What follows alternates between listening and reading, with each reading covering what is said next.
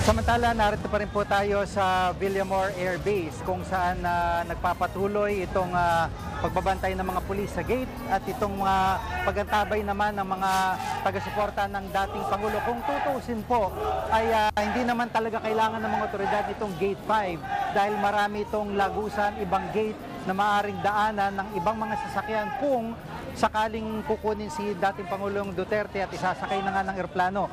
Kanina may impormasyon na nakalap itong mga taga-suporta ng dating Pangulo na anytime ay may aeroplano, chartered flight na magdadala sa dating Pangulo sa Netherlands. Kanina rin, meron pong ibang impormasyon na nakuha tayo mula sa mga taga-suporta na mula po dito sa Villamor ay ililipad ang dating Pangulo papuntang Clark at doon talaga daw, di umano, magmumula yung aeroplano na magdadala naman sa Netherlands. So, yung binabantayang gate ng mga taga-suporta ay hindi ho yan problema sa mga otoridad dahil gaya nga po nakakanabanggit, maraming lagusan itong airport at ang mga kumbaga road network nito ay magkakasanga, maraming gate na maaaring daanan at hindi nila mapapansin na wala na dito ang dating Pangulo. So ngayon ay chanting ng Duterte itong mga taga-suporta ng dating Pangulo at kaya nga po rin ang aking nabanggit ay bagamat wala silang laban sa mga kalasag at pamalo ng mga pulis,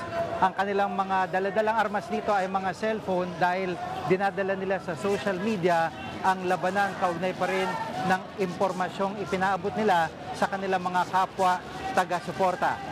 At yan po na ang latest mula dito sa Villamor. Julius, Cheryl. Maraming salamat, Jiggy. Samantala, kapapasok lamang na balita, naglabas na ng pahayag si VP Sara kaugnay sa pag-aresto kay dating Pangulong Duterte. Ayon kay VP Sara, isang tahasang paglabag sa ating soberanya at insulto sa bawat Pilipino ang nangyaring pag-aresto sa dating Pangulo. At ang malalang araw ay hindi ibinigay sa kanyang ama ang kanyang mga karapatan. Hindi raw ito makatarungan, kundi isang pag-uusig. So antabayanan po natin ang iba pa mga kaganapan dyan sa Villamor Air Base sa kabuuan po ng mga programa dito sa TV5, sa 1PH at sa One News. At One News. Mga kapatid, Jiggy Manikad po, iba na ang may alam at may pakialam sa panahon ngayon. Para sa konkreto, kumpleto at komprehensibong balitaan sa Frontline, mag-follow at mag-subscribe sa social media pages ng News 5.